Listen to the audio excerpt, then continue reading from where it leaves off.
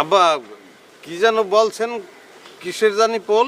আরে পাটার পো পাটা একটু কথা কইছি সেইটাই মনে রাখতে পারো নাই। তোকে লইয়ে যে কই যাবো বেড়া বলছি ওই আগে মুইও তো সেই জানি ভুলিয়ে গেলাম। ওই যে ফকিরা পুল পানির ট্যাঙ্কি, যা এটা একটা ব্যবস্থা কর যা।